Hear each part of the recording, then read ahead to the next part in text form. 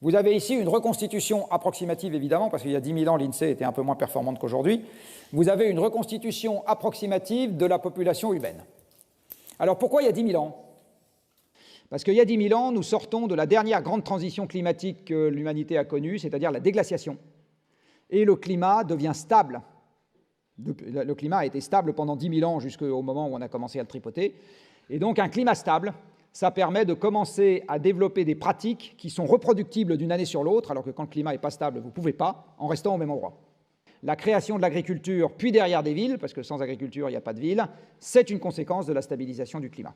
Donc il y a 10 000 ans, le climat commence à stabiliser, et à l'époque, même si l'INSEE n'est pas très performante, nous sommes quelques millions sur Terre. Au début de la révolution industrielle, alors je rappelle, espérance de vie à la naissance des habitants de la planète Terre en 1800, c'est un peu moins de 30 ans. Soit dit en passant, c'était inférieur en ville qu'à la campagne, parce qu'à l'époque, la ville était un lieu de concentration des miasmes de toutes sortes, et donc dès qu'il y avait une maladie, c'était beaucoup plus facile de l'attraper et d'en mourir que quand vous étiez à la campagne. Vous aviez également la même chose pour la mortalité infantile. On est 1 milliard. Et ce que vous voyez, c'est qu'en l'espace de 2 siècles, on a connu une évolution qui est plus proche de l'hyperbole que de l'exponentielle, dans le même temps où la quantité de ressources de toutes sortes consommées par individu a également cru.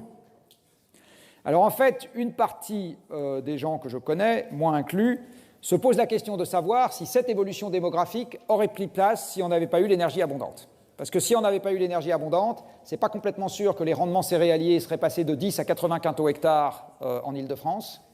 Ce n'est pas complètement sûr qu'on aurait pu transporter de la nourriture partout là où on en a besoin à partir de là où elle pousse.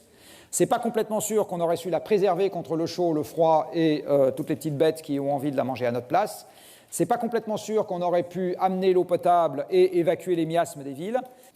Et si la question se pose de savoir si 7 ou 8 milliards d'individus, ce n'est pas une conséquence de l'énergie abondante, à ce moment, évidemment, la question corollaire se pose, qui est, à partir du moment où on rentre en décrue énergétique forte, est-ce qu'on reste à 8 milliards d'individus?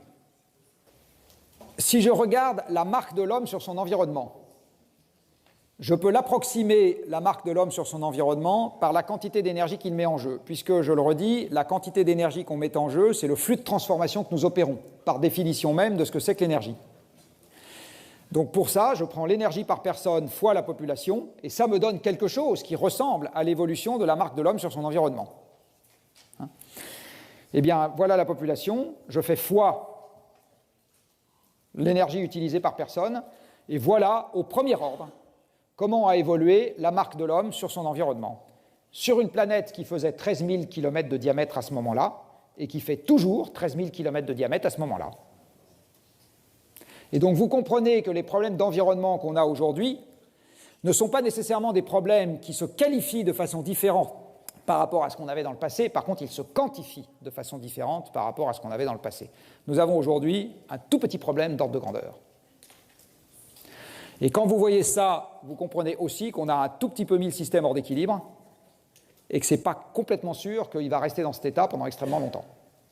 Et donc ça vous explique pourquoi, pour des raisons d'ordre de grandeur, tout un tas de sujets qui n'étaient pas des problèmes il y a 2 siècles sont en train de devenir des problèmes majeurs aujourd'hui, tout simplement parce que les ordres de grandeur ont considérablement changé. Et alors là, je vais finir par une première conclusion provisoire. On ne sort jamais d'un débat sur l'environnement sans manipuler des chiffres. Dit autrement, tant qu'on est sur les slogans, on va nulle part. Pour sortir correctement, c'est comme on ne sort jamais d'un débat sur l'économie sans chiffres. Entre une dette de 1 euro et une dette de 10 milliards d'euros, on ne parle pas de la même chose.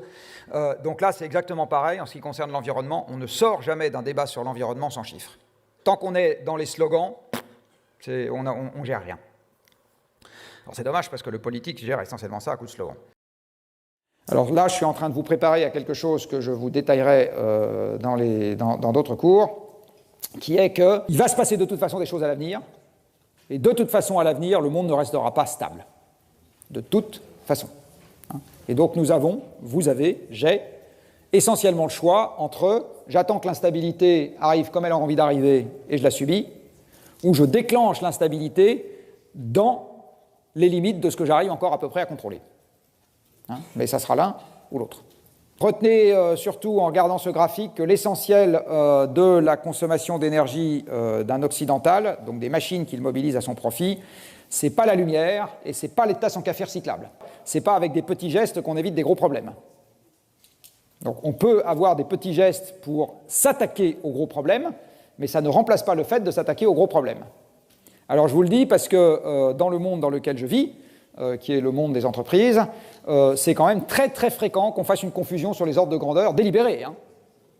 On se cache derrière son petit doigt en disant « Regardez, c'est fabuleux, j'ai installé une ruche sur le toit, et puis j'ai mis des gobelets recyclables à la cantine, et puis un jour par an, les gens vont venir en vélo, et alors... » Bon. Non, non, ça ne marche pas comme ça, évidemment. Donc ici, vous avez quelques ordres de grandeur sur des consommations énergétiques. Vous voyez que quelque chose qui va peser très très lourd, c'est ce qu'on achète et la façon dont on se déplace.